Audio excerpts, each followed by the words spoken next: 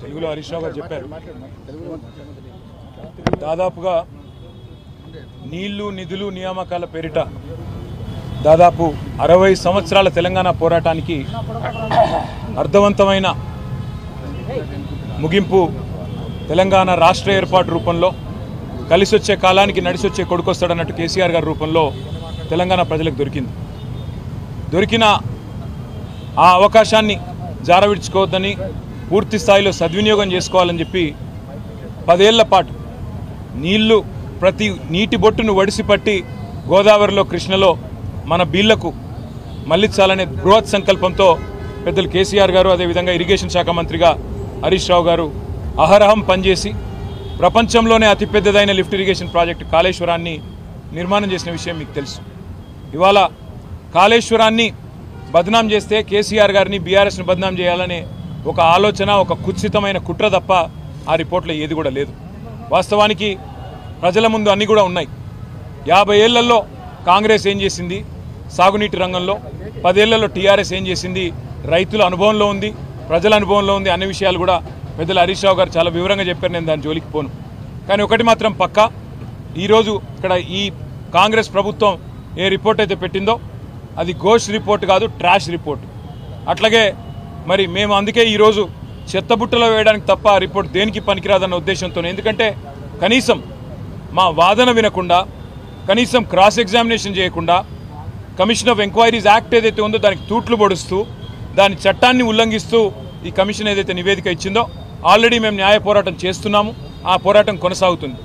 రాజకీయంగా ఏం చేయాలి అనేది పార్టీ పరంగా కూర్చొని, ఎందుకంటే ఇది ఒక కుట్ర, కేసీఆర్ గారిని బదనాం చేసే కుట్ర, తెలంగాణను దేశవ్యాప్తంగా బదనాం చేసే కుట్ర తప్ప ఇందులో ఏమి కూడా లేదు. నిజం ఎప్పటికైనా నిలకడ మీద తేలుతుంది. ఇవాళ నీళ్ళు ఇచ్చినందుకు కేసీఆర్ గారిని ఇవాళ దోషిగా నిలబెట్టే ప్రయత్నం, ఏదో ఒక చిన్న చిల్లర మల్లర ప్రయత్నం కాంగ్రెస్ పార్టీ చేస్తూ ఉంది. హరీష్ రావు గారు చాలా స్పష్టంగా చెప్పినారు. మొత్తం జరిగిన ఖర్చు 94,000 కోట్ల రూపాయలు అయితే కాళేశ్వరం మీద, అందులో మేడిగడ్డ బ్యారేజీకి 4,000 కోట్లు ఖర్చు అయితే బ్లాక్ 7 ఏదైతే ఉన్నదో దానికి మళ్ళీ తిరిగి రిపేర్ చేయాలంటే పట్టే ఖర్చు 300 నుంచి 350 కోట్లు తప్ప ఎక్కువ కాదు. ఆ 300-350 కోట్లు కూడా ఎల్ఎన్టీ అనే సంస్థ ఏజెన్సీ ఏదైతే ఉందో వాళ్ళు మేమే ఖర్చు పెడతాం, ప్రజల మీద రూపాయి కూడా పడదు అని చెప్తుంటే ఈ ప్రభుత్వం 1,00,000 కోట్ల కుంభకోణం, 2,00,000 కోట్ల కుంభకోణం, ఈ నోటికి ఎంత వస్తే అంత అబద్ధాలు చెప్తా ఉన్నారు. చివరికి రేవంత్ రెడ్డి గారి సొంత మామగారు పద్మారెడ్డి గారు చెప్పినారు, ఆయనకు పిల్లనిచ్చిన మామ, 94,000 కోట్లు ఖర్చు అయితే అంత పెద్ద ప్రాజెక్టు కళ్ళెదురుగా కనబడుతుంటే, 15 రిజర్వాయర్లు కనబడుతుంటే, 19 సబ్స్టేషన్లు కనబడుతుంటే, 21 పంప్ హౌజులు కనబడుతుంటే, 100 కిలోమీటర్ల గ్రావిటీ కెనాల్స్, 1000 కిలోమీటర్ల ప్రవాహ కాలువలు కనబడుతుంటే, పరవళ్ళు దుంకుతుంటే గోదావరి, 94,000 కోట్ల ఖర్చు అయితే 1,00,000 కోట్ల కుంభకోణం ఎట్లయితుందని చెప్పి స్వయాన పిల్లనిచ్చిన మామ చెప్తే కూడా రేవంత్ రెడ్డి గారు వారిని కూడా అవమానించే విధంగా ఇవాళ శాసనసభను రాష్ట్ర ప్రజల్ని తప్పుదోవ పట్టించే విధంగా వ్యవహారం చేస్తూ ఉన్నారు. న్యాయ పోరాటం ఒకవైపు చేస్తాం, ప్రజాక్షేత్రంలో కూడా తప్పకుండా ఎండగడతాం.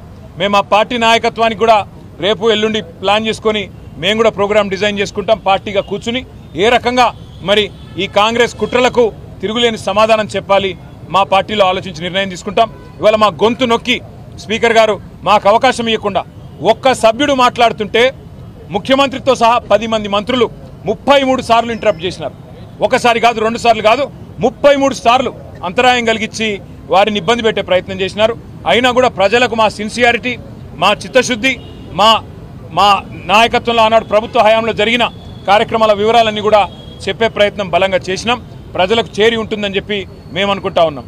అయితే అవసరమైతే జిల్లాల వారీగా, నియోజకవర్గాల వారీగా సదస్సులు పెట్టి కాళేశ్వరం విషయంలో జరుగుతున్న కుట్రను, కాళేశ్వరాన్ని కూలగొట్టాలి, అవసరమైతే కిందికి బనకచెర్లకు నీళ్లు పంపించడానికి, చంద్రబాబు గారికి వత్తాసు పలకడానికి, కిందికి బనకచెర్లకు నీళ్లు పంపడానికి, మేడిగడ్డను అవసరమైతే ఆ రోజుల్లో ఏదో చేసినట్టుగానే మళ్ళీ ఏదన్నా చేయాలనే కుట్ర ఏదైతే ఉన్నదో కాళేశ్వరాన్ని కాపాడుకోవడానికి అవసరమైతే తిరిగి ఒక ఉద్యమం చేయడానికి కూడా బీఆర్ఎస్ పార్టీ వెనుకకి పోదు.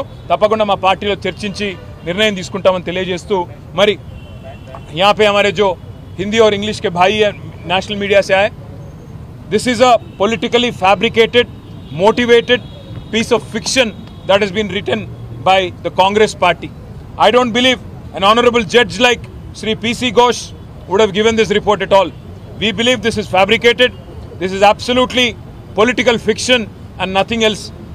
Today, the state of Telangana, which is built under the leadership of Shri KCR, the world's largest lift irrigation project. आज कांग्रेस को बस एक ही शौक है, किसी भी हाल में केसीआर साहब को बदनाम करना है, केसीआर जी को बदनाम करना है और बीआरएस पार्टी को बदनाम करना है। इसलिए एक साजिश जो रचा है इन्होंने कमीशन के नाम पे, कमीशन के रिपोर्ट के नाम पे, ऑलरेडी हमारा लीगल बैटल चल रहा है।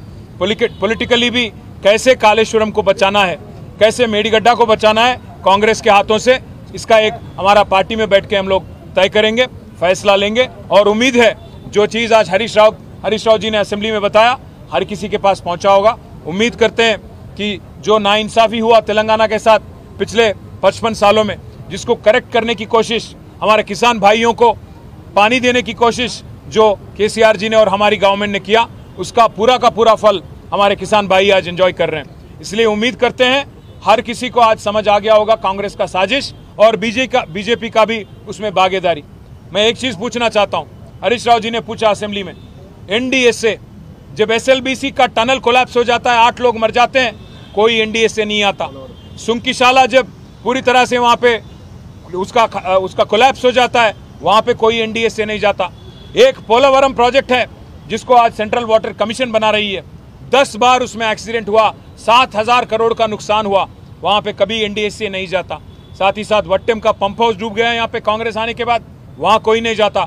8 लोग मरने के बाद भी एसएलबीसी टनल में कोई कार्रवाई नहीं होती, कोई जांच नहीं होती, कोई एनडीएसए रिपोर्ट नहीं जाता। इसीलिए कांग्रेस और बीजेपी दोनों मिलके आज एक साजिश रचा रहे हैं, आज एक कोशिश कर रहे हैं कि किसी भी तरह तेलंगाना की एकलौती आवाज जो है केसीआर, उनको दबाने की, गला दबाने की कोशिश कर रहे हैं। उम्मीद करते हैं हमारे भाई तेलंगाना की एकलौती आवाज जो है हमारे किसान भाई और हमारे तेलंगाना के भाई और बहन, हमको जरूर उन पे भरोसा है कि किसी भी साजिश और किसी भी कोशिश का मुंह तोड़ जवाब तेलंगाना की जनता देगी।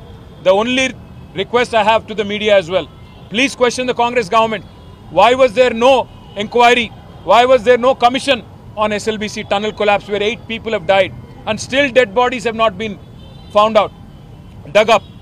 Why was there no commission when Wattem pump house was submerged and hundreds of crores of public money was wasted?